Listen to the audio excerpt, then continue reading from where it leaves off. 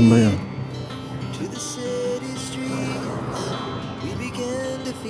Ah, ito. We rise like tall buildings as the chemicals they take us higher. It has just begun. She needs a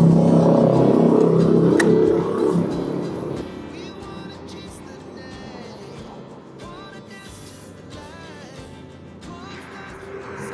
Pagkain. Pagkain, tol. Ha? Ha? Pamasahe?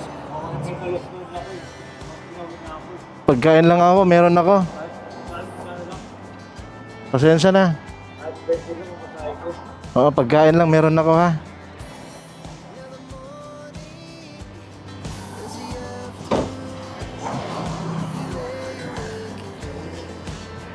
Sige, sana makatulong yan. Ingat ka dyan.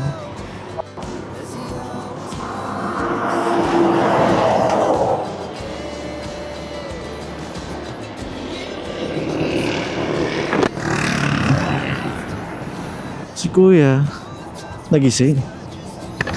Lamig na siya kasi nga tides. Pero ang sabi niya, kailangan niya ng pera kahit 20 lang.